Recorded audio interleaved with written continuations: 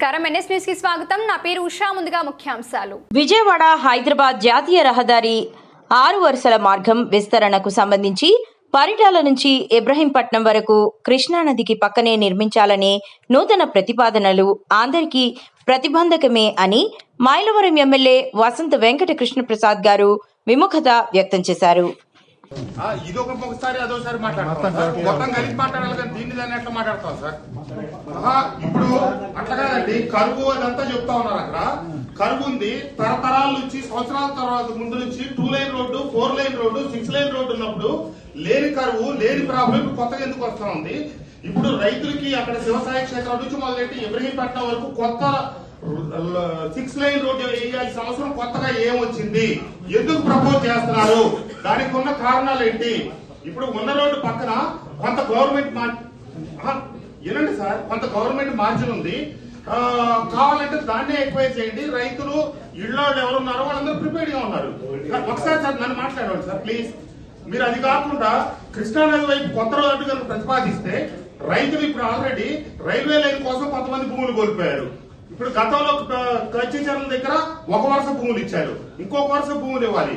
కాకుండా కృష్ణానదికి సమాంతరంగా తీసుకొచ్చి ఇప్పుడు కొత్త రోడ్ వేసినందువల్ల మొన్న బుడమేర్చి కృష్ణానదికి ఒకసారి వరదలు వచ్చినప్పుడు మనకి మార్జిన్ బఫర్ లాగుండి మూలపాడు దగ్గర ఈ హైవే మొత్తం కాచవరం దగ్గర అన్ని చోట్ల కూడా హైవే దాకా నీళ్లు తనిపట్టి నిలబండి.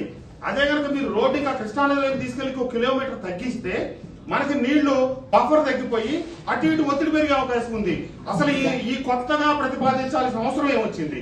ఉన్నదాన్ని వైట్ చేయకుండా ఎక్కడా లేని ఒక్క నందిగామ నియోజకవర్గం, మైలవరం నియోజకవర్గం ఈ కొత్త ప్రతిపాదన ఎందుకు? సరే, ఈ మలుపులన్నీ తీసుకెళ్లారు. ఇబ్రహీంపట్నం దగ్గర నుంచి మళ్ళీ సేమ్ ఎగ్జిస్టింగ్ రోడ్ వెళ్తా ఉంది కదా. ఇది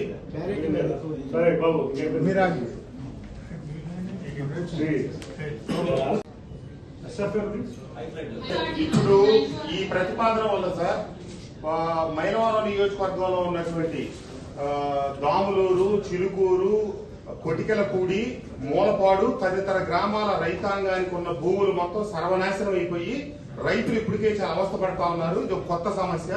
రైతుల నుంచి అతి తీవ్రమైన వ్యతిరేకత వస్తుంది. ఈ భూములు సేకరించడం అనేది ఎంత మాత్రం సాధ్యపడే విషయం కాదు. దయచేసి ప్రభుత్వం ఈ నిర్ణయం తీసుకునే ముందు 1కి 1,00,000 సార్లు పరిశీలించాల్సింది తప్పితే ప్రాక్టికల్ గా ఇది చాలా అసంబద్ధమైన నిర్ణయం.